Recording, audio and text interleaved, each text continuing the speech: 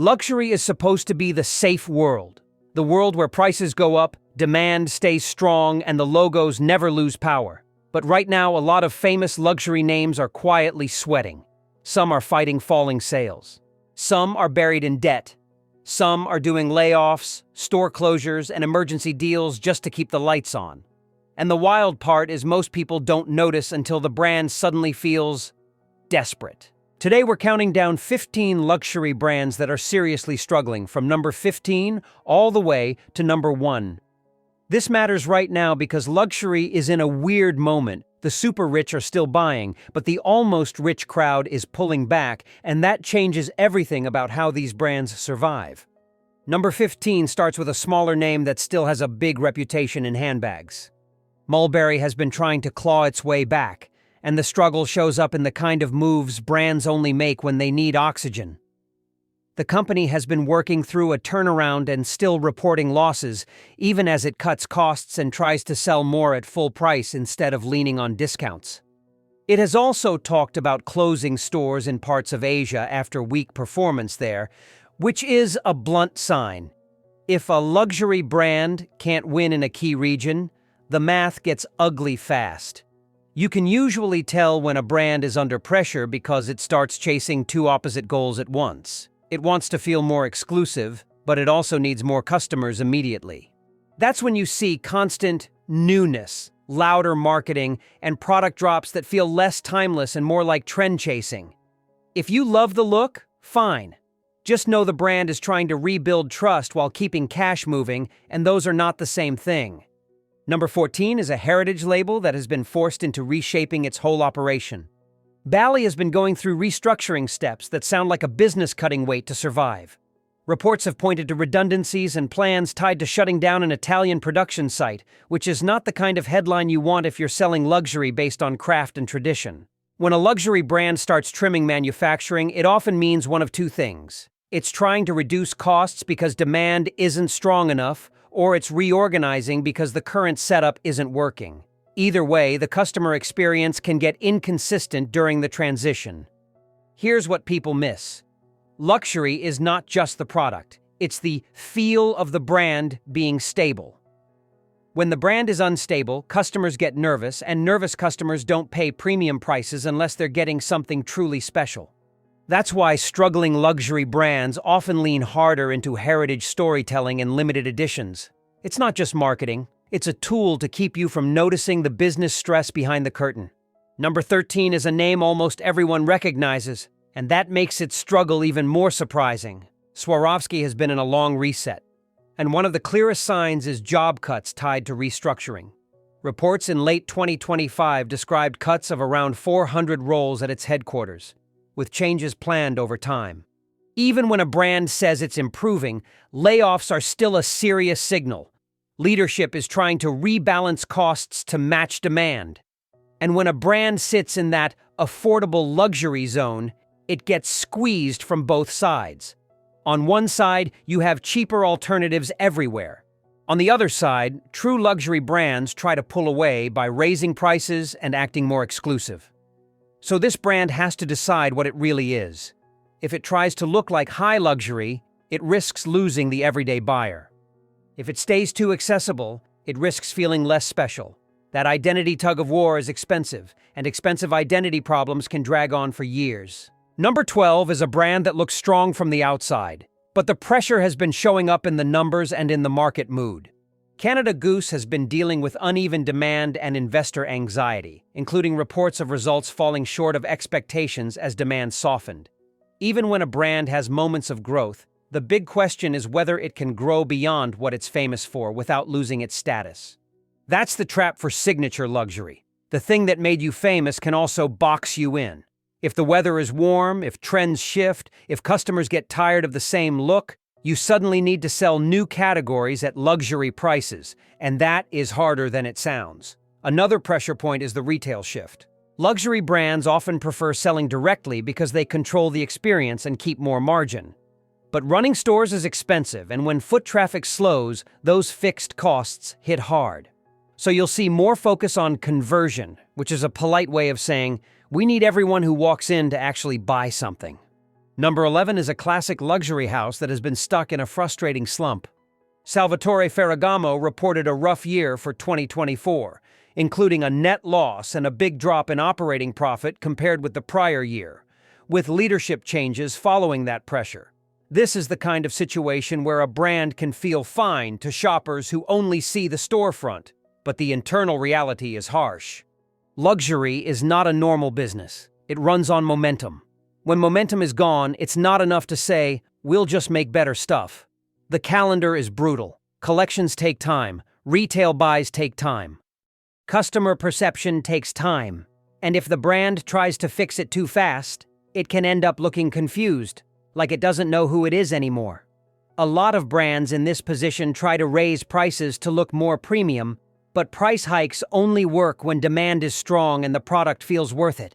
If customers feel like the brand is asking for more while delivering the same, they leave. Number 10 is a famous British name that has been trying to stop a long slide and restart desire. Burberry went through a stretch of declining sales and has been very publicly working on a turnaround, including leadership shifts and a renewed focus on its core strengths like outerwear and scarves. Here's what makes this kind of struggle tricky. The brand has a recognizable signature, but recognition is not the same as excitement. When luxury is booming, recognition is enough. When luxury slows, people become picky. They don't just want a logo, they want a reason. So you'll see more emphasis on timeless pieces because timeless sells even when trend pieces don't. But there's a risk. If the brand leans too hard into safe items, younger customers lose interest. If it leans too hard into edgy fashion, it risks alienating loyal buyers. A turnaround has to thread that needle, and while it's doing that, every season matters. The brand is basically auditioning again over and over. Number 9 is a giant name that has been taking hits that would scare almost any brand. Gucci has been dealing with a deep sales slump, and reports have shown steep drops in revenue at points, with major pressure on the parent company's results and changes in creative leadership becoming part of the story.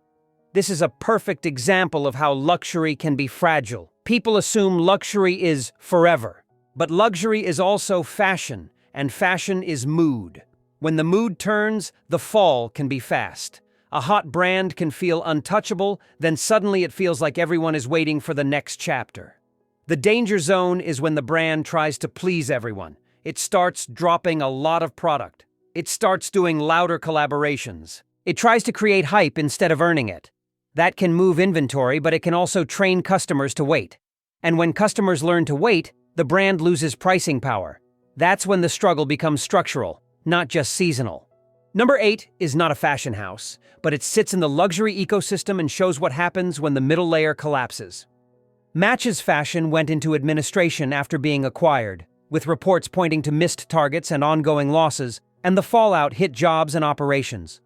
Luxury shopping platforms live and die on a simple thing: trust plus cash flow.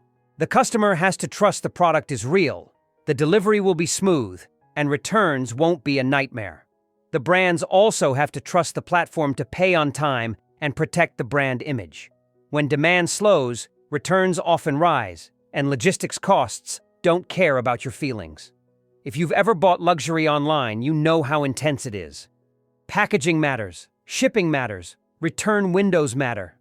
Even small friction can kill repeat purchases. So when a luxury retailer starts slipping, it can turn into a spiral. Customers hesitate, sales fall, brands pull back, selection gets worse, and the platform looks even less attractive.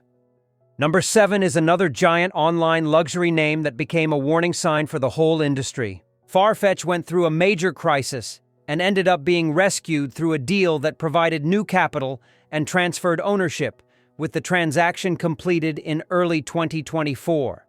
This matters because the platform model was supposed to be asset-light, like a smooth marketplace connecting buyers and boutiques. But luxury marketplaces have a hard reality. Luxury customers expect perfect service, and perfect service is expensive. Plus, the platform sits between brands that want control and customers who want convenience. If the platform tries to push too hard for growth, it can annoy the brands. If it plays too nice with brands, it can fail the customer experience. And when money gets tight, the platform's problems become everyone's problems. People also forget how much luxury e-commerce depends on confidence. When headlines turn negative, customers don't just think, "Oh no, the company is struggling." They think, "Will my order arrive? Will my return get processed? What if something goes wrong?" That doubt alone can crush sales. Number 6 is a resale name that many people think should be unstoppable, but profitability has been a long fight. The Real has spent years trying to prove that luxury resale can scale without bleeding cash, and even as results improve at times, reports have still pointed to continued net losses in certain periods. Resale sounds simple. Take an item, sell it again, take a cut. But the real work is messy. You have to authenticate. You have to photograph. You have to price. You have to store inventory. You have to deal with returns and customer complaints. And luxury resale adds another layer. Fake goods and almost real goods are everywhere, and one mistake can damage trust fast. That's why resale platforms spend heavily on operations. The problem is, the customer wants a big discount because it's used, but the platform has high costs because it's complicated. That squeeze makes profitability hard. So when you hear a resale company talking about efficiency, it usually means it's trying to make the operation cheaper without breaking trust. And that's not easy. Number 5 is a luxury brand with a glamorous image, but the business has had to fight for survival more than people realize. McLaren has faced periods of serious financial strain in recent years, including major restructuring steps and talk of avoiding financial ruin, alongside capital restructuring efforts discussed in company materials. Supercar brands live in a world where the product is breathtaking but the business is brutal. The costs are huge. Engineering is expensive. Regulations are expensive. Mistakes are expensive. And unlike mass-market brands, you can't just sell your way out with volume. If demand weakens for even 1 or 2 years, the pressure becomes immediate. What do brands do in that moment? They chase higher margin additions. They lean into personalization. They raise prices. They sell experience packages. None of that is evil. It's survival. But it also means the customer can end up paying more and more for the same basic vehicle with different trim, simply because the company needs margin now, not later. Number 4 is another legendary car name, and its struggle has been clearly visible in debt, losses, and refinancing stories. Aston Martin has reported ongoing financial challenges, including significant losses in these periods and heavy net debt, alongside steps tied to refinancing and liquidity. Here's the hard truth. Luxury car brands can have huge cultural value and still be financially fragile. People confuse iconic with stable. But stability comes from consistent cash flow, not just a famous badge. The business also depends on timing. New model cycles matter. Delivery timing matters. If volumes are weaker than expected, the fixed costs don't shrink with them. So the company has to pull levers, restructure debt, raise funds, adjust production, and try to protect the brand's premium image while doing it. And if you're a buyer, you can feel the tension. Suddenly there are more special editions. Suddenly financing offers look more tempting. Suddenly the brand is everywhere online. It's not always a sign of strength. Sometimes it's a brand trying to keep demand from slipping any further. Number 3 is a luxury car brand that has taken such a hit that even the idea of a sale has been floated in reporting. Maserati has seen sales collapse and has posted operating losses, with reporting that the brand's future strategy has been under review and that options like a possible sale have been weighed as performance weakened. One of the simplest ways to spot trouble in a luxury car brand is the pipeline. If there's no clear wave of new models coming, excitement fades. Dealers get stuck. Buyers wait. Used prices wobble. And luxury car buyers love a reason to wait, because waiting feels smart. That's deadly for sales right now. Another pressure point is the shift happening in the car world overall. Electrification and tech expectations keep rising, and luxury buyers expect the best of everything. If a brand falls behind on tech or reliability reputation, it doesn't just lose sales, it loses confidence. And confidence is the real product in luxury. Number 2 is a department store name that represents a whole part of luxury that is getting squeezed hard. Saks Fifth Avenue sits at the intersection of luxury brands, real estate, and the changing habits of shoppers. And recent reporting has described its parent company considering Chapter 11 bankruptcy as a last resort option under heavy debt pressure after a major acquisition. Department stores used to be the front door to luxury. Now that door is crowded. Brands want to sell direct. Online shopping is normal, and shoppers have gotten comfortable browsing luxury without committing. That makes the department store model harder. It still has big fixed costs, it still needs inventory, and it still depends on relationships with brands. If brands get nervous about payments or the shopping experience, they can pull back. Then the store looks less exciting. Then customers come less. Then the cycle tightens. And when debt is layered on top of that, the pressure gets intense. You'll see stores push harder on credit cards, private events, exclusive access, and personal shopping. Anything that makes a customer feel special enough to spend. Again, not evil. It's survival behavior. Number 1 is the biggest name on this list. And yes, it's still powerful. But it's also facing a kind of struggle that people rarely talk about. Louis Vuitton is not a brand that looks like it's about to disappear. But it is a perfect example of how even the strongest luxury name can be forced into tougher decisions when the whole market cools. The wider luxury sector has been dealing with a prolonged slump, and reporting has shown that even the top luxury groups have faced declines in key fashion categories at points, with pressure tied to softer demand in important regions. The struggle here is not, will the brand survive tomorrow? The struggle is keeping growth alive without breaking the spell. For years, luxury brands raised prices again and again, betting that people would accept it because the logo is the logo. But there's a limit. When customers start feeling like the price is rising faster than the value, they don't always revolt loudly. They just quietly stop buying. And when that happens, brands face a weird problem. They can't easily lower prices without damaging the premium image, but they also can't keep relying on the same pool of buyers forever. That's why you'll see more emphasis on ultra-high-end items, more personalization, more limited drops, and more focus on certain markets and categories that still show energy. There's also the pressure of resale and fakes. If the secondhand market gets flooded with questionable items, it can hurt trust in the whole ecosystem, which forces luxury brands to invest more in control and verification. And the last pressure point is simple: attention. Luxury used to be about the slow build. Now everyone scrolls. If a luxury brand can't stay desirable in the feed, it has to spend more to stay visible. And spending more to stay visible is the opposite of effortless luxury. So even at the top, there's a constant fight to keep the brand feeling rare while still selling enough to justify the giant machine behind it. If you remember one thing from this countdown, it's this. Luxury struggle doesn't always look like empty stores. It can look like louder marketing, more special editions, tighter return rules, more pressure to buy now, and brands trying to stretch into new categories fast. When the market slows, the brands with the clearest identity and the strongest trust survive best.